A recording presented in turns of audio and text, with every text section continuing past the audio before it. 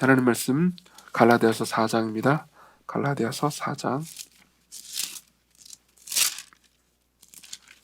12절 한 절만 보도록 하겠습니다. 갈라디아서 4장 12절 한 절만 보도록 하겠습니다. 여러분들에게 봉독해 드리도록 하겠습니다. 하나님의 말씀을 들으십시오. 형제들아, 내가 너희와 같이 되었은즉 너희도 나와 같이 되기를 구하노라. 너희가 내게 해롭게 하지 아니하였느니라. 아멘. 오늘은 이제 교역자 청빙이 있는, 그리고 파송이 있는 날이기 때문에 제가 싫어하는 종류의 설교를 하려고 합니다. 그러니까 이제 어떻게 교역자들은, 다시 말하면 사역자들은 어떻게 사람들을 섬겨야 하는가에 관한 설교죠. 근데 이런 설교를 들으면 여러분들 이렇게 생각할 수 있습니다. 그렇지, 사역자들은 이렇게 살아야 돼. 그리고 이제 끝나면은 우리한테 별 의미가 없어 보이는 것처럼 보입니다. 실제로 이런 설교를 오랫동안 잘못 듣게 되면은 여러분들은 이제 불완전한 사역자들을 마치 완전해야 하는 존재로 착각하게 될 위험도 있습니다. 근데 사실 성경을 자세히 살펴보면 교역자들에게 명령한 모든 내용들을 모든 그리스도인들에게 같이 명령하고 있습니다. 그렇기 때문에 성경을 자세히 보면은 교회를 섬기는 사역자들에게만 특별히 요구되는 윤리 같은 것들은 없다고 볼 수 있습니다. 그렇기 때문에 사실은 이제 우리 모두가 누군가를 섬길 때 어떻게 섬겨야 하는지를 이제 똑같이 배울 수 있는 거죠. 그냥 이제 한편이고, 또 다른 한편 이런 측면도 있습니다. 우리는 이제 어떻게 사람을 변화시켜야 하는가라는 문제에 직면하게 될 때가 있습니다. 사실 오늘 설교 제목이 어떻게 사람을 변화시키는가예요. 약간 이 사람을 낚는 제목 같지 않습니까? 뭔가 이렇게 솔깃하지 않습니까? 근데 어떻게 사람을 변화시키는가에 관한 문제를 생각할 때 우리는 종종, 여러분들 중에서 분명히 이런 분들도 계실 겁니다. 사람은 변하지 않아. 사람을 변화시키려고 하면 안 돼. 사람은 고쳐서 쓰는 게 아니야. 이렇게 생각하시는 분도 계실 수 있습니다. 흔히 사람들 가운데 있는 격언 중에 하나죠. 제가 이제 최근에 이제 에세이를 그렇게 좋아하지는 않지만 에세이를 좀 읽은 적이 있습니다. 왜냐면 이제 우리 교회 성도님들 중에서도 에세이를 좋아하는 분들이 있으니까 이제 같이 공감을 해보고 싶지 않아요? 근데 이제 되게 베스트셀러 중에 되게 재미있는 에세이가 있더라고요. 김달이라는 작가님이 쓰신 책인데 제목이 되게 재밌습니다. 사랑한다고 상처를 허락하지 말 것. 뭔가 와닿지 않으십니까? 여러분들 중에 분명히 와닿는 부분들이 계실 겁니다. 사랑한다고 상처를 허락하지 말 것. 거기 보면 이제 보통 연애와 관련된 에세이들이에요.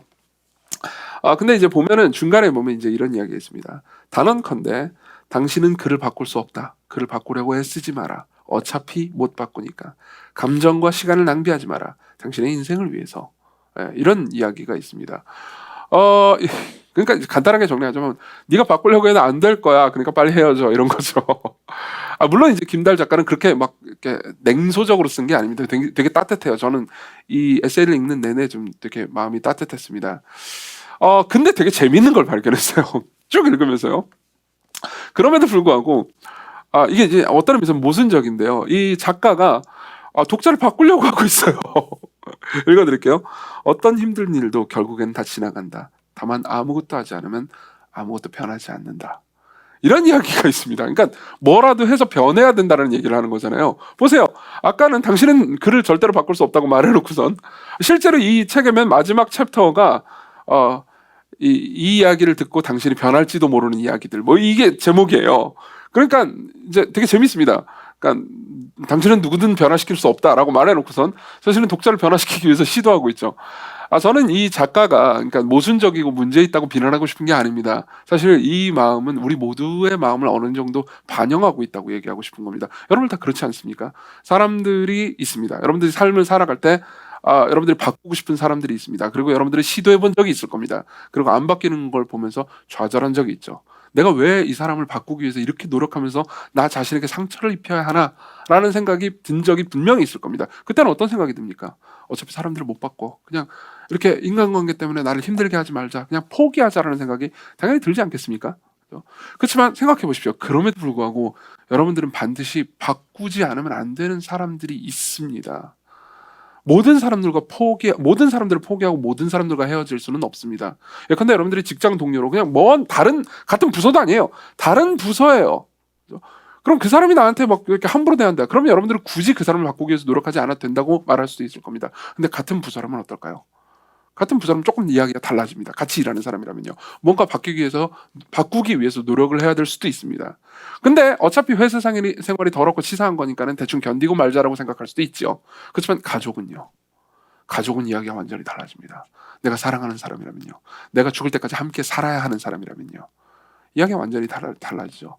무슨 말이냐면은 우리는 사람을 바꿀 수 없다라는 생각을 어느 정도 하면서도 사람을 바꾸기 위해서 시도하려고 해야 된다는 겁니다. 우리한테는 두 가지 과제가 동시에 주어져 있습니다. 그래서 사람을 바꾸려고 노력해야 되지만 그 가운데 상처받지 말아야 합니다. 그걸 견딜 수 있어야 됩니다. 그렇죠? 그런 측면에서 우리는 어떻게 사람을 변화시킬 수 있는가에 대한 문제를 생각해 볼 필요가 있습니다.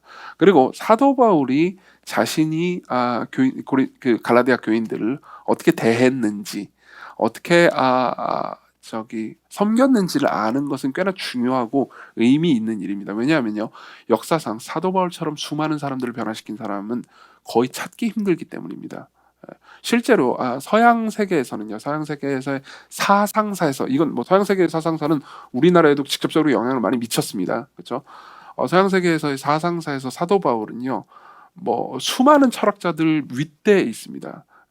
실제로 레리 시덴톱이라는 옥스퍼드의 정치학자는, 그러니까 민주주의의 발전에 있어서 이 사도 바울이 이 영향력이 어마어마했다고 이야기를 합니다. 실제로 사도 바울이 어떤 영향력을 미쳤는지에 대해서 이 사람 그리스도인도 아니에요, 심지어. 이 개인의 탄생이라는 굉장히 탁월한 책을 썼죠. 그런 것들은 이제 이 사도 바울이라는 사람이 거대한 영향력을 미쳤다는 것을 알 수 있습니다. 그리고 이 사람이 어떻게 사람들을 섬겼는지를 이해할 때 우리가 어떻게 사람들을 바꿀 수 있는지를 이해할 수도 있습니다. 물론 이 사람처럼 섬긴다고 해서 모든 사람들을 바꿀 수 있는 건 아닙니다. 사도 바울도 바꿀 수 없는 사람들이 있었으니까요. 그렇죠? 그렇지만 우리가 이 사람을 보면서 어떻게 살아야 하는지는 생각할 수 있습니다. 그리고 더 직접적으로 사도 바울 역시 교역자였기 때문에, 사역자였기 때문에 사역자가 어떻게 사람들을 섬겨야 하는지를 알 수가 있죠. 오늘 파송받고 그리고 오늘 임직을 받는 사역자들한테는 그러니까 의미심장한 이야기가 될 겁니다. 그리고 무엇보다도 저한테 의미심장한 이야기가 될 겁니다. 왜냐하면 이제 저는 두 가지를 얘기할 건데 둘 다 제가 되게 못하는 거거든요. 본문을 통해서 저는 이제 세 가지를 얘기하려고 합니다. 사실 두 가지가 본문이 직접적으로 말하고 있는 거고, 한 가지는 어떻게 우리가 본문처럼 살아갈 수 있는가의 문제인 거죠. 첫 번째로는요, 본문을 통해서 저는 그들과 같이 되어야 한다고 말하고 싶습니다. 변화시키고 싶은 사람 있잖아요. 그 사람들처럼 되어야 한다고 말하고 싶습니다. 이걸 공감하기로 바꾸셔도 좋겠습니다. 그리고 두 번째로는요, 그들과 맞서야 한다라는 이야기를 하려고 합니다. 처음에는 그들과 같이 되어야 한다는 얘기를 할 거고요. 그리고 두 번째로는 그들과 맞서야 한다는 이야기를 할 겁니다. 그리고 마지막으로 우리가 어떻게 이러한 마음을 가질 수 있는지에 대해서 말씀드리겠습니다. 실제로 여러분들이 12절을 보면요, 형제들아 내가 너희와 같이 되었은즉 너희도 나와 같이 되기를 구하노라 라고 말하죠. 그렇죠? 이 안에 다 들어 있습니다. 사실 어떤 의미에서는 되게 뻔한 이야기처럼 들릴 수 있잖아요. 그렇지만 뻔한 이야기를 좀 사도 바울의 이 생애와 사역 이런 것들을 통해서, 그리고 이제 우리의 삶에서 우리가 이런 문제를 어떻게 대하는지를 얘기해 줌을 통해서 조금 더 깊이 들어가 보도록 하겠습니다. 먼저는 그들과 같이 되어야 한다는 거죠. 그들과 같이 되어야 한다는 거죠. 12절에 보면은 사도 바울이 이렇게 얘기합니다. 형제들아 내가 너희와 같이 되었은즉 이라고 말합니다. 이 말은요, 그러니까 간단하게 얘기하면 그들과 하나가 됐다는 겁니다. 갈라디아 교인들과 한 마음, 같은 공감을 했다는 겁니다. 공감이라는 단어는 어떤 의미에서는 너무 가볍다고 말할 수도 있습니다. 사실 공감이라는 단어를 쓸 수도 있지만, 공감이라는 단어는 그러니까 사도 바울이 실제로 했던 것에 비하면 굉장히 가벼운 단어일지도 모릅니다. 실제로 사도 바울은 그러니까 같은 삶을 살았습니다. 그들의 흥망성쇠와 자신의 행복 혹은 불행을 엮었습니다. 가장 대표적인 말씀은 데살로니가 전서 3장 8절에 있는 말씀일 겁니다. 데살로니가 전서 3장 8절에 보면 이런 말씀이 있습니다. 그러므로 너희가 주 안에 굳게 선즉 우리가 이제는 살리라 라는 말입니다. 그러므로 너희가 주 안에서 굳게 선즉 우리가 이제는 살리라. 이게 무슨 말인지 설명해 드릴게요. 이건 데살로니가 전서인데 데살로니가 교회에 보낸 겁니다. 근데 데살로니가 교회는 어떤 교회냐면 사도 바울이 2차 선교여행 때 데살로니가 지역에서 이제 복음을 전했거든요. 근데 복음을 전했는데 그 안에 이제 복음을 전하자마자 예수 그리스도를 믿고 변화된 사람들이 갑자기 많아졌습니다. 근데 반대하는 사람들도 엄청나게 많았어요. 그래서 반대하는 사람들이 사도 바울을 죽이려고 해가지고 거기서 한 2, 3주밖에 있지는 못합니다. 뭐 어떤 학자들은 2주라고 보기도 하고요. 어떤 학자들은 좀 더 그것보다 많다고 말하기도 하지만 어쨌든 간에 얼마 못 있었습니다. 근데 얼마 못 있는 상황에서 복음을 전했으면 얼마나 전했겠습니까? 많이 못 전했을 거 아니에요. 그러고 나서 사도 바울은 도망쳤어야 했습니다. 그리고 도망치고 나서 이제 다른 곳으로 선교하러 가는데도 불구하고 그때 복음을 전했을 때 그때 들었던 사람들의 눈빛이나 그들이 살아가는 삶 이런 게 너무 염려가 되는 겁니다. 너무 그들이 계속해서 복음을 믿고 있을까? 신앙에서 떨어지지 않았을까? 그들이 너무 막 지금 복음을 반대하는 사람들에 의해서 핍박당하고 있지는 않을까? 너무 여러 가지로 염려가 되는 거예요. 근데 다시 돌아가는 것은 죽어야 되는 일이니까 이제 할 수 있는 일이 아니었고, 게다가 사도 바울은 다음으로 가야 할 곳이 있었습니다. 사도 바울 자신의 사명이 있었어요. 그래서 도저히 못 견디겠어가지고 자신이 돌아갈 수는 없으니까 자신의 아들 같은 디모데를 보냅니다. 디모데를 보내서 디모데가 그 데살로니가 교회가 어떤 상황인지 확인하도록 합니다. 그리고 실제로 이것도 사도 바울한테는 굉장히 무시무시한 일이었습니다. 왜냐하면 디모데는 동행자였거든요. 근데 그때 당시 여행을 할 때는 뭐 지금처럼 뭐 비자가 있습니까? 뭐가 있습니까? 그냥 길거리 가가지고 여행 가다가 갑자기 막 이상한 사람 만나가지고 내가 막 칼에 찔러 죽는다. 그걸 모르는 거예요. 예. 그때 뭐 사법권이 뭐 모든 나라에 다 있는 게 아니잖아요. 그렇죠? 그래서 뭐 무슨 대사관 물론 그런 비스무리한 게 있긴 했지만 뭐 그런 것들이 지금처럼 잘 정착돼 있지 않았기 때문에 사실은 이제 남자라 하더라도 혼자 여행을 다닌다는 건 굉장히 무서운 일이었습니다. 그러니까 디모데를 사실 사도 바울이 상당히 의지하고 있기도 했기 때문에 디모데를 떠나보낸다라는 것조차도 무서운 일이었죠. 근데 어쨌든 디모데를 보냅니다. 그러고 나서 디모데가 갔다 와서 되게 좋은 소식을 전해줍니다. 그들이 계속해서 예수 그리스도를 잘 믿고 있고 그리고 모이고 있고 핍박을 견디고 있습니다. 라고 이야기를 해주죠. 그러니까 그 이야기를 듣자마자 뭐라고 그러냐면은 그러므로 너희가 이제 주 안에서 굳게 선즉, 그러니까 예수님을 잘 믿고 있는다라는 소식을 들었기 때문에 우리가 이제는 살리라 이렇게 얘기합니다. 내가 이제 실제로 이 그리스어로 보아도 똑같은 말입니다. 나 진짜 살 것 같다. 당신들이 힘들다고 하면 나는 정말 죽을 것 같습니다. 당신들이 주 안에서 굳게 선다라는 이야기를 들으니까 내가 이제 마음이 후련합니다. 살 것 같습니다. 이렇게 이야기를 하는 거죠. 보십시오. 이건 굉장히 중요한 지점입니다. 실제로 사람들은요, 그러니까 자기 자신을 포기해버리는 지점들을 경험할 때가 있습니다. 대부분의 사람들이 자기 자신을 포기하는 지점은 내가 가지고 있는 고통 혹은 내가 가지고 있는 기쁨이잖아요. 이게 그 누구하고도 연결되어 있지 않다라는 느낌을 받을 때 그렇게 생각합니다. 예. 내가 기쁠 때 같이 기뻐할 사람이 없어요. 여러분 생각해 보세요. 혹시 여러분 축구를 혼자 본 적이 있습니까? 축구든 뭐 야구든 농구든 마찬가지입니다. 뭐 혼자 보신 적이 있습니까? 저는 예전에 축구를 혼자 본 적이 있습니다. 축구를 혼자 봤는데 제가 응원하는 팀이 이제 거의 기적적인 역전승을 이뤘어요. 근데 축구를 혼자 볼 때 제일 재미없는 부분이 내가 이렇게 기쁜데 그 기쁨을 나눌 사람이 옆에 없다라는 사실입니다. 그럼 그렇게 기쁘지 않아요. 근데 보세요. 내가 축구를 같이 보는데 옆에서 같은 팀을 응원하는 사람이, 그렇죠? 우리 교회는 LG 팬들 많죠. 그리고 LG 팬들과 두산 팬들이 있습니다. 그리고 서로 사이가 안 좋죠. 사이가 좋나? 어쨌든 간에 같은 팀을 응원하고 있는데 그때 같은 팀을 응원하고 있을 때 어떤 일이 벌어집니까? 그러니까 그 서로를 동일시하는 일이 벌어집니다. 그렇죠? 예. 뭐 두산 팬들끼리 모여있다고 합시다. LG 팬들끼리 모여있다고 합시다. 그러면요, 우리가 안타를 칠 때 마음이 기쁘죠. 그렇죠? 홈런을 맞을 때 같이 슬퍼할 수 있습니다. 안 그렇습니까? 예. 실제로 그러니까 사도 바울이 계속해서 했던 것이 그겁니다. 뭐 우리가 이제 오후 예배 때 빌레몬서 설교를 듣고 있잖아요. 그렇죠? 오후 예배를 안 들으시는 분들한테 제가 말씀드리자면 지난주부터 빌레몬서를 설교했습니다. 여러분 들어보세요. 빌레몬서 전체도 사실은요, 빌레몬에게 보내는 이제 빌레몬의 종이었던, 그리고 잘못을 했던 오네시모에게 자신의 전 존재를 다시 말하면 동일시한 겁니다. 예. 실제로 오네시모가 빌레몬한테 되게 나쁜 짓을 저질렀거든요. 그래서 빌레몬한테 뭐라고 얘기하냐면, 이 오네시모가 당신한테 해를 끼친 게 있으면은 그 빚을 내가 갚겠다고 얘기를 해요.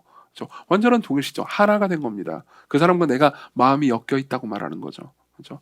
실제로 성경은 우리에게, 그러니까 사도 바울도 그렇고 성경이라고 말할 수 있죠. 하나님의 말씀이라고 볼 수 있죠. 성경이 이걸 우리에게 명령합니다. 로마서 12장 15절에 보면 이런 말씀이 있어요. 제가 읽어드릴게요. 즐거워하는 자들과 함께 즐거워하고 우는 자들과 함께 울라. 자, 제가 퀴즈를 내볼게요. 즐거워하는 자들과 함께 즐거워하는 게 힘들까요? 우는 자들과 함께 우는 게 힘들까요? 여러분 되게 재밌는 게 뭔지 아십니까? 교부들은요 이걸 가지고 갑론을박을 벌였습니다. 즐거워하는 자들과 함께 즐거워하는 게 더 빡세다. 힘든 자들과 함께 우는 자들과 함께 우는 게 더 힘들다. 이게 논쟁이 될 정도였어요. 왜 그런지 말씀드릴게요. 뭐 그렇게 심한 논쟁은 아니었어요. 그냥 아무것도 아니긴 했는데 제가 지금 과장하고 있는 거긴 합니다. 어쨌든 예를 들면 크리스토스 같은 사람은 이렇게 얘기했죠. 즐거워하는 사람들이 즐거워하는 게 훨씬 힘들다. 이유는 이거다. 왜 그러냐? 누가 울고 있어요. 그럼 같이 눈물이 나고 공감하는 거 그렇게 어렵지 않잖아요. 근데 누가 막 내가 이번에 산 땅이 2배가 올랐어. 그럼 내가 땅이 없는데 같이 즐거워하기 힘들잖아요. 배가 아프잖아요. 그러니까 이게 더 힘들다라고 얘기를 하는 거죠. 근데 반대로 우는 자들과 함께 우는 것도 상당히 힘듭니다. 왜 그런지 얘기해 드릴게요. 우는 자들과 함께 우는 것은 그 우는 자가 겪는 그 슬픔을 내가 기억하고 들여다보고 묵상해야 하기 때문입니다. 여러분들은 그런 영화를 잘 보십니까? 저 2015년작인가요? 6년작인가 기억이 잘 아마 제 기억에 15년작일 겁니다. 귀향이라는 영화가 있습니다. 귀향. 이게 이제 위안부에 끌려간 그 우리 할머님들에 관한 이야기죠. 아주 끔찍한. 근데 그렇게 막 자극적인 장면이 나오거나 그러지도 않아요. 그 영화를 보신 분들은 아시겠지만은 굉장히 잘 만들어진 영화입니다. 근데 결국 제가 그 영화를 봤어요. 근데 사실 개봉할 때 보고 싶었어요. 원래는 뭐 워낙 평이 좋고 그리고 뭐 좋은 영화라고 하고 또 이제 뭐 그런 영화는 또 보고 싶기도 하잖아요. 근데 선뜻 못 보겠더라고요. 왜 그러냐면요. 보세요. 우리는 다 공감할 수 있습니다. 그분들이 얼마나 고생하셨을지, 얼마나 고통을 당하셨을지, 그리고 우리가 왜 그걸 기억해야 되는지 이런 거 다 생각할 수 있잖아요. 그렇죠? 그럼에도 불구하고 그 고통을 들여다보는 것, 거기서 막 그 영화로 비주얼적인 방식으로 보면 내가 너무 아플 것 같잖아요. 그런 생각 안 드시나요? 저는 참고로 저를 잘 아시는 분들은 제가 매운 음식을 싫어한다는 걸 아실 겁니다. 저 진짜 정말 왜 먹는지 모르겠어요. 왜 내가 내 돈을 주고 고통을 당해야 되냐 말이에요. 그렇죠? 원래 그런 거 싫어합니다. 근데 보세요. 우는 자들과 함께 울려고 하잖아요. 그러면 이 사람이 왜 우는지 구구절절히 이 사람의 심정을 들어줘야 됩니다. 근데 거기서 내가 눈물까지 나오려면 어떻게 해야 되죠? 거기를 그 감정을 내가 묵상해야 돼요. 내가 생각해야 됩니다. 내 마음에 두어야 됩니다. 오래 두어야 해요. 우리는 우는 자들과 함께 우는 척하는 건 쉬울 수 있습니다. 그래서 우는 자들과 함께 우는 것은 어렵죠. 그렇죠? 즐거워하는 자들과 함께 즐거워하는 것도 어렵고요. 우는 자들과 함께 우는 것도 어렵습니다. 근데 이게 바울이 사역했던 방식이에요. 이게 바울이 수많은 사람들을 변화시킨 가장 중요한 원리입니다. 그리고 우리가 해야 되는 일이기도 하죠. 그리고 여러분들의 사역자가 여러분들을 섬기는 사람이요. 그런 식으로 여러분들을 섬길 때 여러분들 안에서 변화가 일어날 수 있습니다. 이유를 알려드리죠. 사람을 변화시키는 방식은요. 물론 여러 가지가 있다고 말할 수 있지만요.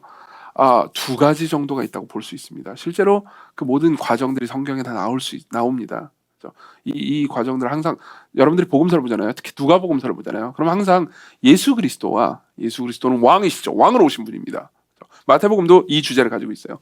왕이신 예수 그리스도와 그때 당시 로마 황제, 로마의 권력을 비교하는 장면이 나옵니다. 계속해서 끊임없이 비교해요. 예수님도 왕이십니다. 로마 황제도 왕입니다. 이 둘을 계속해서 비교합니다. 근데 이 둘은요, 결정적인 차이점이 있습니다. 어떤 차이냐면요, 로마 황제는요, 힘으로 사람들을 변화시킵니다. 여러분 보십시오. 힘으로 사람들을 변화시키는 방법이 있습니다.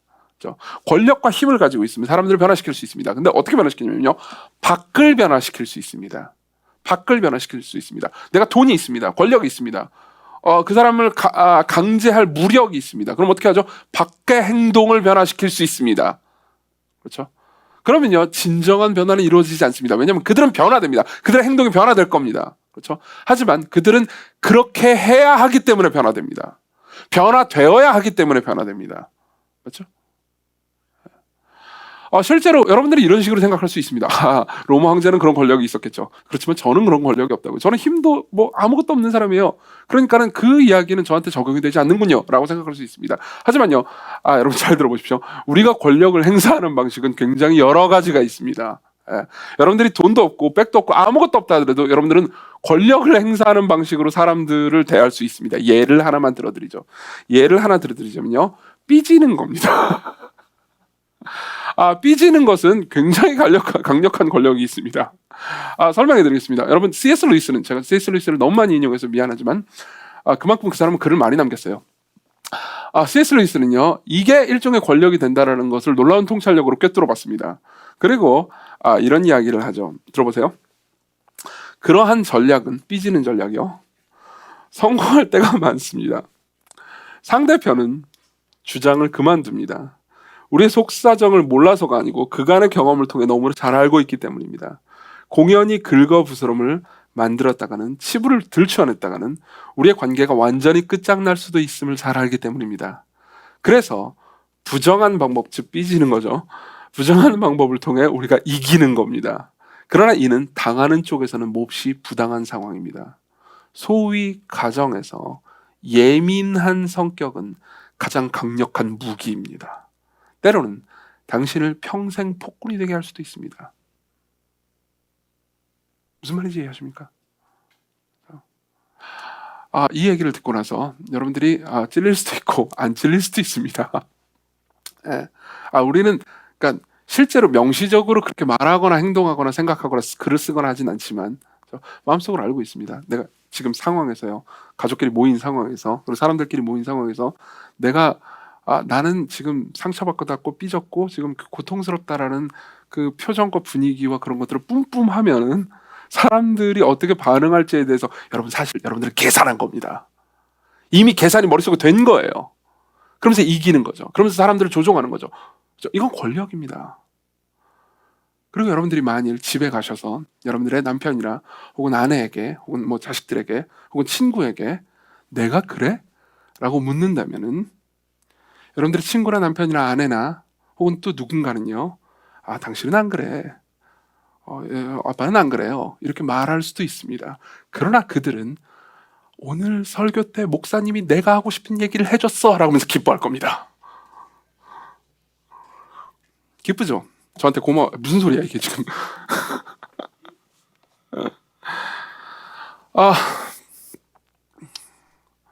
다른 방법이 있습니다. 사람을 변화시키는 다른 방법이 있죠. 사랑하는 겁니다. 사랑하는 겁니다. 이거는요, 힘으로 사람을 변화시키는 건요, 사람들이 그렇게 해야 변화되는, 그렇게 해야 하기 때문에 변화되는 겁니다. 그렇죠? 실제로 리처드 파이프스라는 사람이 있습니다. 이 사람은 하버드의 역사학자고요. 그리고 이제 공산주의의 흥망을 굉장히 깊이 있게 연구한 사람입니다. 이 사람의 책을 보면 공산주의 역사라는 책이 있거든요. 어떤 특정 이데올로기에 좌우되는 게 아니고 그냥 객관적으로 역사를 관찰합니다. 그리고 이 사람이 공산주의가 결국은 제도상으로 멸망한 이유에 대해서 이렇게 이야기를 합니다. 그들은 사람들을 안에서 밖으로 변화시킬 줄은 몰랐다고. 밖을 강제해서 변화시키는 것만 알았다고요. 실제로 제도로 사람들을 억압하는 것 외에는 방법이 없었죠. 그렇지만요, 사랑은요, 안에서 밖으로 사람들을 변화시킵니다. 사랑으로 변화되는 사람은요, 그들이 변화되고 싶어서 변화됩니다. 힘으로 변화되는 사람은요, 그들이 변화되어야 하기 때문에 변화되는 겁니다. 근데 사랑으로 변화되는 사람은요, 그들이 변화되고 싶어서 그렇게 변화되는 겁니다. 이게 바로 복음적인 방식으로 사람들을 대하는 겁니다. 이게 바로 복음적인 방식으로 사람들을 대하는 겁니다. 실제로 성경은, 예수 그리스도께서는, 그리고 사도 바울의 사역 역시 이런 방식으로 사람들을 섬기는 거였습니다. 팀 켈러 목사님은요, 그가 쓴 센터 처치라는 책이 있는데요, 그러니까 복음적인 방식의 사역이 무엇인지에 대해서 이런 식으로 요약을 해줍니다. 읽어드릴게요. 예수께서는 십자가 위에서 우리를 대신하심으로 구원을 완성하셨다. 우리는 이것을 값없이 선물로 받는다. 종교는 선행을 쌓고 도덕 준칙을 잘 지켜야 하나님 마음에 오셔서 복을 주신다고, 하나님께서 마음에 오셔서 복을 주신다고, 복을 주시고 구원하신다고 말한다. 즉 내가 순종한다면 하나님이 나를 사랑하시고 받아주신다고 가르친다. 그러나 복음은 이와는 정반대이다. 하나님이 나를 받아주시고 은혜로 값없이 나를 사랑하셨음을 깨닫게 된다면 비로소 내면의 기쁨과 감사로 그분께 순종하는 삶을 시작할 수 있다. 종교는 바깥에서 우리 내면을 강요한다. 그에 반해 복음은 우리 안에서 바깥으로 솟아오르게 한다. 여러분들이 누군가를 변화시키고 싶다면요, 이 방법밖에는 없습니다. 그리고 이 방법의 사도 바울은요, 이 방법의 모델이죠. 오늘 임직받는 그리고 파송받는 사역자가 누군가를 섬기고 싶다면요, 우리에게 명령받은 방식이 이 방법이라는 것을 기억해야 합니다. 그리고 저도 기억해야죠. 설교 준비하면서 나도 기억해야 돼. 계속 그렇게 생각했죠. 두 번째로 넘어갑니다. 두 번째로는 그들과 맞서는 겁니다. 다시 12절을 보면 갈라디아서에서 사도 바울이 이렇게 얘기합니다. 형제들아, 내가 너희와 같이 되었은즉 너희도 나와 같이 되어라. 나와 같이 되기를 구하노라. 내가 기도한다. 실제로 그러니까 이 부분, 다시 말하면 내가 너희와 같이 되었은즉이라는 부분만 너무 깊이 생각하잖아요. 그럼 우리는 갈라디아서 전체의 문맥을 놓칠 수 있습니다. 갈라디아서는, 여러분들 갈라디아서를 읽어보셨다면, 참고로 저는 갈라디아서에 대한 책을 쓴 적이 있습니다, 여러분. 혹시 없으신 분들은 저한테 얘기하시면 제가 드리겠습니다. 저 많이 가지고 있거든요. 제발 읽어주세요. 무슨 얘기하다 말았죠? 예. 갈라디아서 전체를 보면요, 갈라디아서 전체의 문맥은 이겁니다. 예. 사실 갈라디아서는 갈라디아 교인들을 바울이 혼내는 겁니다. 전체 내용이 그래요. 예. 실제로 갈라디아서 4장 20절, 내가 이제라도 너와 함께 있어 내 언성을 높이려 함은 너희에 대하여 의혹이 있습니다. 4장 9절, 이제는 너희가 하나님을 알 뿐 아니라 더욱이 하나님이 아신 바 되었거늘 어찌하여 다시 악하고 천박한 초등학문으로 돌아가서 율법주의를 가리킵니다. 율법주의로 돌아가서 다시 그들에게 종로를 타려고 하느냐. 지금 갈라디아서의 문맥과 배경은 이겁니다. 사도 바울이 갈라디아 지역에서 복음을 전했습니다. 그리고 그들이 예수 그리스도를 믿고 받아들였죠. 은혜로요. 근데 그 이후에 거짓 교사들이 왔습니다. 그리고 이렇게 이야기했죠. 너희들이 예수 그리스도를 믿는 건 참 좋지만 예수 그리스도를 믿는 믿음만으로 하나님께 받아들여지는 건 아니란다. 예수 그리스도를 믿는 믿음과 동시에 너희들의 선행이 더해져야 하나님께서 너희들을 받아주실 거야 라고 이야기를 했습니다. 그리고 사도 바울은 거기에 대해서 분노했죠. 왜냐하면 이건 사도 바울 자신이 가르친, 그리고 자신이 하나님께로부터 받은 참된 가르침이 아니었거든요. 복음이 아니었거든요. 그래서 결국 어떻게 하냐면 이걸 바로잡고, 그리고 그들이 잘못된 것을 맞서기 위해서 이 책을 쓴 겁니다. 심지어 뭐라고까지 하냐면 1장에서는 뭐라고까지 얘기하냐면, 하늘에서 온 천사라 하더라도 내가 너희들에게 전한 복음과 다른 복음을 전하면 저주를 받을지어다, 이 정도까지 얘기를 합니다. 무슨 말이죠? 사도 바울은 그들을 사랑했습니다. 그들을 사랑했기 때문에 그들처럼 되었습니다. 그들과 자기 자신을 동일시했어요. 그들이 살아날 때 비로소 자신이 살 수 있다고 생각했습니다. 그렇지만 또 한편으로는 그들을 사랑했기 때문에 그들과 맞섰습니다. 다시 한번, 그들을 사랑했기 때문에 그들과 맞섰습니다. 보십시오. 우리는 삶에서요, 저도 좀 그런 편인데요, 모르겠습니다. 또 여러분들 중에서는 당신 그런 편 아닌데 라고 얘기할 수도 있겠지만, 저도 좀 약간 그런 편인데, 누군가한테 싫은 소리 하는 거 잘 못하는 편입니다. 누군가한테, 그러니까 저 사람이 행동이 잘못됐어, 저 사람이 어떤 점에서 저건 문제가 있어라고 해서 대놓고, 그러니까 드러내놓고 비판하는 걸 좀 잘 못합니다. 그리고 저는 예전엔, 여러분, 항상 제가 어떤 마음에 대해서 막 분석하면서 얘기할 때 있잖아요. 그때 여러분들이 이렇게 생각할 수도 있습니다. 저 사람이 저렇게 마음을 잘 들여다보는데 나랑 같이 교제할 때 내 마음을 들여다보는 거 아닐까라고 의심할 수도 있는데, 그렇지 않습니다. 제가 마음을 분석하는 모든 건 다 어디서 왔겠습니까? 접니다. 보세요. 저는 이렇게 생각했었습니다. 나는 사랑이 너무 많은 사람인가 봐. 그래서 사람들한테 사람들을 비판하는 걸 안 하는 것, 사람들을 상처 줄 수 없으니까. 근데요, 조금 더 깊이 들어가다 보잖아요. 그럼 여러분들도 아마 이 말에 공감하는 분들이 계실 겁니다. 사실요, 우리는요, 상대를 너무 사랑해서 비판하지 않는다기보다는 우리 자신을 너무 사랑해서 상대를 비판하는 고통을 우리 자신에게 안겨주기 싫기 때문에 비판하지 않을 수 있습니다. 복문이라서 너무 어렵나요? 다시 한번. 우리는요, 상대를 너무 사랑해서 상대에게 비판하지 않는 게 아니고요, 우리 자신을 너무 사랑하기 때문에 상대를 비판하는 고통을 우리 자신에게 안겨주기 싫기 때문에 상대를 비판하지 않는 것일 수 있습니다. 여러분들의 친구가, 여러분들이 사랑하는 사람이요, 잘못되는 것을 보고도 입을 닫는다면 여러분들은 사실 그들을 사랑한다기보다는 그들을 귀찮아하는 것일 수도 있습니다. 왜요? 나를 너무 사랑하기 때문에. 사실 이 균형을 잡는 건 굉장히 어렵습니다. 그리고 우리가 이 균형을 잘 잡고 상대방에게 말한다 하더라도 상대방은 우리의 말을 고깝게 들으면서 우리가 균형을 못 잡았다고 말할 수도 있습니다. 그리고 여러분들이 이런 게 염려될 수도 있습니다. 내가 무언가 비판을 하면은 내가 그 사람을 정죄하는 게 아닐까요? 그 사람을 판단하는 게 아닐까요? 실제로 마태복음 7장에 보면 사람들을 판단하지 말라고 말하고 있지 않습니까? 그렇지만 생각해 보십시오. 사도 바울도 그렇고요. 예수님도 그렇고요. 사람들을 판단하셨습니다. 그러면요.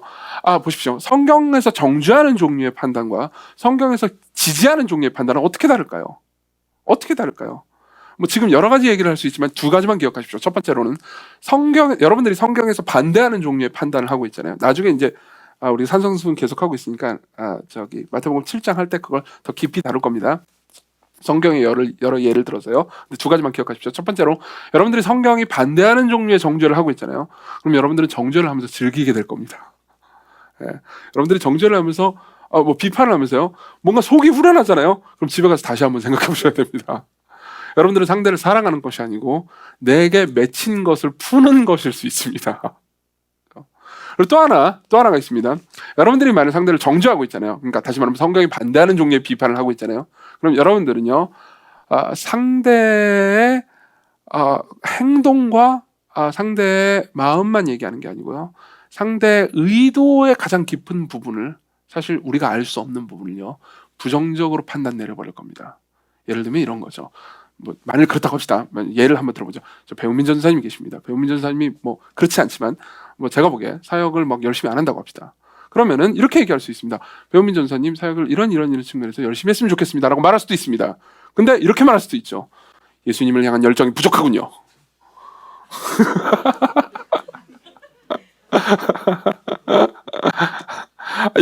이건 지나친 겁니다. 그래서 이해하십니까? 그렇지만 들어보십시오. 생각해보세요. 저는 목사입니다. 그리고 오늘 임직받는 교육자들도 사역자들이죠. 한 분은 목사님이고 한 분은 전사님입니다. 그리고 떠나는 분도 사역자죠. 전사님이죠. 그렇죠? 이분들이 여러분들과 한 마음을 가지면 여러분들은 즐거울 겁니다. 근데 보십시오. 저도요.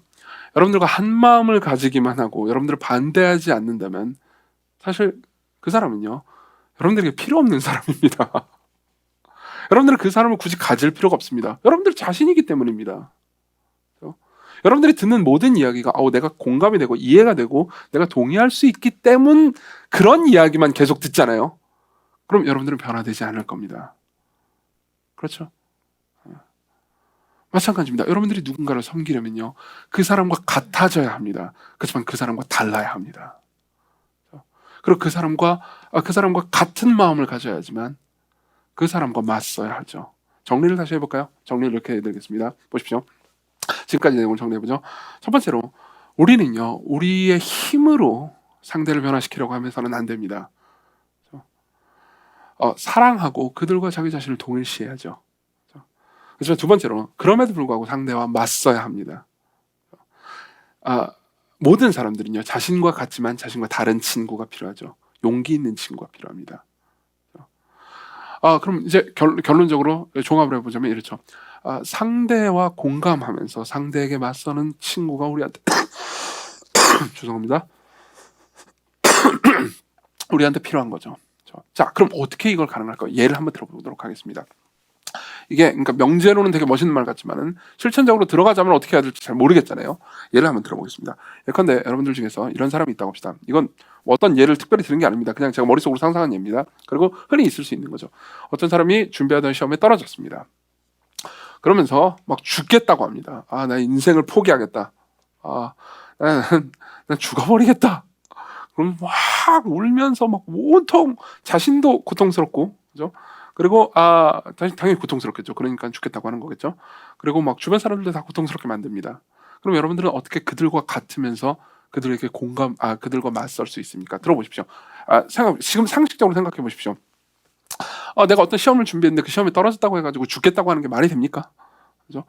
그냥 이성적으로만 생각해 보자고요. 다음 시험을 준비해야죠. 그게 옳은 겁니다. 이런 부분에 맞서야 됩니다. 근데 들어보세요. 여러분들이 이렇게 생각할 수도 있습니다. 나도 그 시험 떨어져 봤는데 그때 나는 그냥 다음 시험 잘 준비했는데? 라고 생각할 수 있어요. 그렇죠? 근데 그 사람이 진짜 죽겠다고 말할 때는요. 진짜 죽을 만큼 고통을 감정을 가지고 있는 건 사실입니다. 보세요. 그 사람과 동의할 수는 없습니다. 내가. 맞죠? 그렇지만 그 사람의 감정이 진실이라고는 인정할 수 있는 거죠. 이해하십니까? 그 사람의 감정이 진실이라고 이해할 수는 있는 겁니다. 자녀들이 공부를 하기 싫습니다. 정말 죽기처럼 싫어해요. 그러면 이제 우리 입장에서는, 사실 저는 이제 제가 그랬습니다. 저희 어머니도 계신데 제가 그랬어요. 공부하기 진짜 싫더라고요.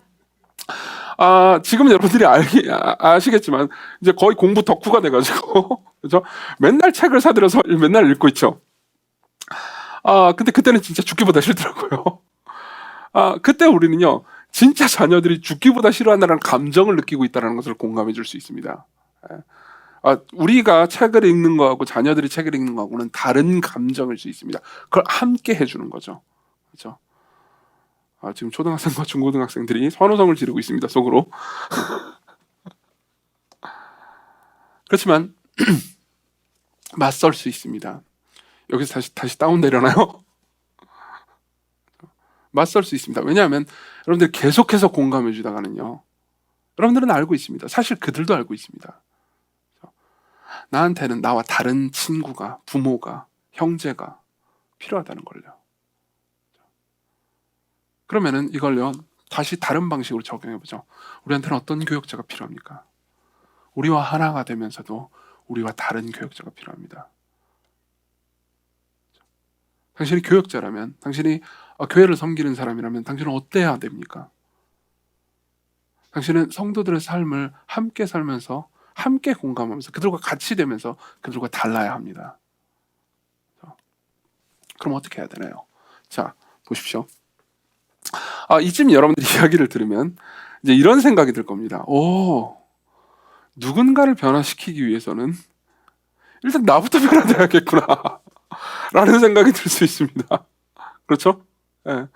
이건 누군가를 변화시키기 위해서 그래, 어떤 방식으로 하면은, 그러니까 이제 여러분들이 처음에 이걸 기대했을 수도 있습니다.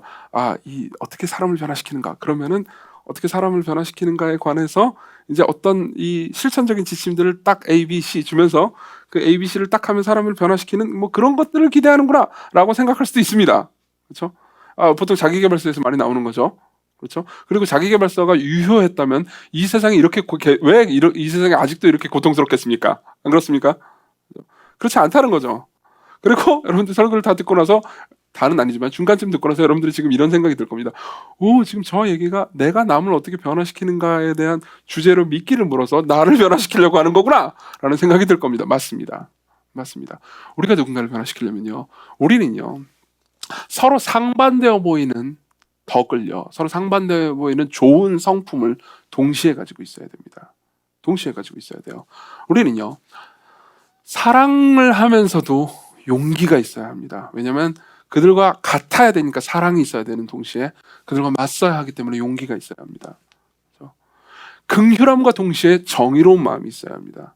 상대방을 인정하는 마음과 동시에 진리를 사랑하는 마음이 있어야 됩니다.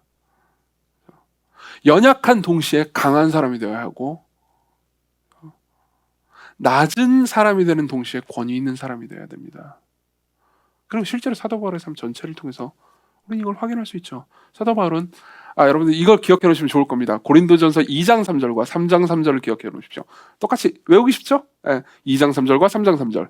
고린도전서 2장 3절은 이렇게 얘기합니다. 내가 너희 가운데 거할 때 약하고 두려워하며 심히 떨었더라. 사도 바울은 낮아졌습니다. 3장 3절, 너희는 아직도 육신에 속한 자로다. 너희 가운데 시기와 분쟁이 있으니 어찌 육신에 속하여 사람을 육신에 속하느냐, 뭐 이렇게 얘기합니다. 그죠? 한편에서는 공감합니다. 한편에서 약해졌습니다. 한편으로는 맞서고 있죠. 그죠?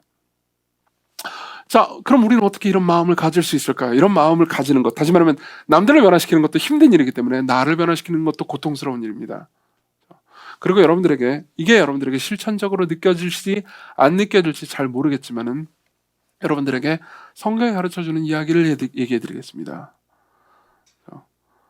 예수 그리스도를 보시는 겁니다. 예수 그리스도를 보는 겁니다.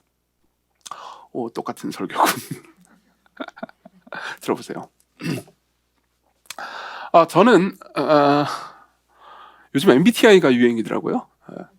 저는 ENTP입니다. ENTP. 예, 뭐 분석 안 하셔도 됩니다. 논쟁가형이에요. 실제로 ENTP를 찾아보십시오. 논쟁가형이라고 나옵니다. 그래서 저는 논쟁가형입니다. 그리고 저도 그런 것 같습니다. 왜냐하면은 누군가 이렇게 딱 이렇게 말로 싸움을 걸어보잖아요. 그러면 막 분석이 돼요. 막 하고 싶어요. 예, 진짜예요. 저는 이제 청년들이 모이는 집회 같은 것들을 종종 가는데, 이제 강사로 가는데, 그때마다 이제 종종 그 교회마다 이런 것들을 만듭니다. 뭐 낮에 한두 시간 정도를 떼서 청년들이 하고 있는 질문들 있잖아요. 그 질문들에 대한 대답을 이렇게 해주는 질문인데, 보통 신학적인 질문들도 있고요. 삶에 관한 질문들도 있죠. 그리고 기독교 윤리에 관한 질문들이 제일 많습니다. 뭐, 왜 기독교는 술을 금지하나요? 왜 기독교는 뭘 금지하나요? 왜 기독교는 뭐, 혼전 순결을 강요하나요? 뭐 이런 것들이에요. 뭐 그러면 사실 이 질문들을 제가 하루 이틀 받았겠습니까? 10년 내내 받았기 때문에 이미 논리 회로가 보입니다. 그리고 소위 조금 신선한 질문이라 하더라도 그 이면에 있는 전제를 생각하면 좀 알 수 있는 것들이 있습니다. 그러면요, 그때 제 마음속에 제가 제일 힘들어하는 부분이죠. 막 솟아오르는 건 이길 수 있어, 이길 수 있어, 이길 수 있어 이거죠. 그렇죠? 예컨대 이런 겁니다. 왜 내 기도를 응답해주지 않는 거죠? 그럼 이렇게 말하는 겁니다. 왜 하나님께서 네 기도를 응답해 주셔야 되는 의무가 있다고 생각하는 거냐? 완벽한 대답 아닙니까? 저는 이게 제 연약함입니다. 저는 이런 식으로 사람들을 수없이 상처 주었던 것 같습니다. 그러고 나서 생각했죠. 그래도 저는 목사 아닙니까? 안 그래요? 그럼 제가 그래, 네 기도를 응답 안 해주는 하나님이 나쁘네, 이렇게 말할 수는 없는 거 아닙니까? 그러니까 저는 말이 정당하다고 생각했습니다. 이게 꼭 정당하지 않다고 말하는 건 아닙니다. 그렇지만 좀 깊이 생각해 볼 필요가 있습니다. 좀 더 깊이 생각해 볼 필요가 있습니다. 왜 그런지 예수 그리스도에 대한 이야기를 해드리겠습니다. 저는 예수님이 어떤 분이신지 계속해서 배워가고 있는 학생입니다. 여러분들과 함께요. 여러분들에게 말해주고 제가 배운 예수님, 제가 만난 예수님을 전달해주는 사람이죠. 이게 제가 설교 사역을 하는 가장 위대한 영광입니다. 근데요, 제가 이제 시편을 최근에 많이 공부했는데, 시편은 늘 저한테 아주 깊은 공부 대상이죠. 시편을 참 좋아합니다. 시편으로 설교도 많이 했고요. 그렇죠? 근데 제가 최근에 한 작년 말부터 시편을 공부하면서 제가 제일 큰 영향과 은혜를 준 사실이 하나 있습니다. 뭐냐면은 시편의 모든 기도가 예수님을 가리키는 시와 노래일 뿐만 아니라 예수님의 노래라는 사실입니다. 예수님의 노래예요. 예수님이 부르신 노래예요. 팀 켈러 목사님의 말을 인용해 드리겠습니다. 들어보십시오. 성경 전반의 내용을 염두에 두고 시편을 읽어가노라면 저절로 예수님께 눈길이 가기 마련입니다. 시편은 예수님의 노래책이라고 해도 지나치지 않습니다. 예수님은 지상에 계시는 동안 끊임없이 시편을 노래해 마음에 아로새기셨을 것입니다. 그렇게 짐작할 만한 이유는 한두 가지가 아닙니다. 무엇보다 그 어떤 성경 말씀보다 예수님은 시편을 자주 인용하셨기 때문입니다. 시편은 결국 말 그대로 예수님의 노래들입니다. 자, 생각해 보세요. 실제로 예수께서는요, 이 땅에 계실 때 우리가 똑같은 삶을 사셨습니다. 그리고 그분은 경건한 신앙인이기도 하셨습니다. 성부 하나님을 사랑하고 섬기고 즐거워하는 신앙인이었죠. 그리고 당연히 그분은 4계명, 즉 안식일을 기억하여 거룩히 지키라는 계명을 지키셨습니다. 그러면 그분이 안식일에 뭘 하셨을까요? 회당 가셨죠. 회당에서 뭘 하셨을까요? 랍비들이 읽어주는 성경을 들었습니다. 그때 성경은 집집마다 읽히지 않았어요. 성경 같은 거는 굉장히 두껍고 많고 지금처럼 얇은 종이가 있는 게 아니란 말입니다. 그렇죠? 그러니까 들었어야 했습니다. 앞에서 열심히 계속 듣는 거예요. 하나님의 말씀을 사랑하면서요. 그리고요, 불렀습니다. 뭘 불렀을까요? 노래를 불렀죠. 무슨 노래요? 시편이요. 시편은요, 옛날에 찬송가집입니다. 시편을 부르셨습니다. 시편으로 노래를 하셨어요. 예수님이 부른 노래가 맞는다는 거죠. 근데 여기서 저는 좀 더 깊이 묵상을 해봤습니다. 신학자들이 쓴 시편에 관한 여러 글들을 읽으면서 좀 더 깊이 묵상해봤습니다. 근데 생각해보세요. 예수님께서 시편으로 노래를 부르실 때 건성건성 부르셨을 리는 없습니다. 안 그래요? 그분은요, 우리는 보통 이 찬송가 부를 때 그러니까 이 영혼은 딴 데 터나 있고 노래만 부를 때가 있잖아요. 근데 그분은 그러지 않으셨을 겁니다. 그분은 마음을 다하셔서 찬송가를 부르셨죠. 마음을 다하셔서 시편을 노래하셨을 겁니다. 근데요, 저는 갑자기 궁금해졌습니다. 그러면 예수님께서 이런 말도 부르셨다는 거야? 시편 51편 1절. 하나님이여 주의 인자를 따라 내게 은혜를 베푸시며 주의 많은 긍휼을 따라 내 죄악을 지워주소서. 나의 죄악을 맑게 씻으시며 나의 죄를 깨끗이 제하소서. 예수님이 이런 노래를 진심으로 부르셨다고? 네. 저는 궁금해졌습니다. 그리고 신학자들의 글을 찾아봤죠. 여러분, 예수 그리스도께서는 그분은 죄가 없으십니다. 그분은 죄가 없으십니다. 단 한 번도 죄를 지으신 적이 없습니다. 그렇지만 그분은요, 죄인인 우리와 자기 자신을 동일시하셨습니다. 우리와 하나가 되셨죠.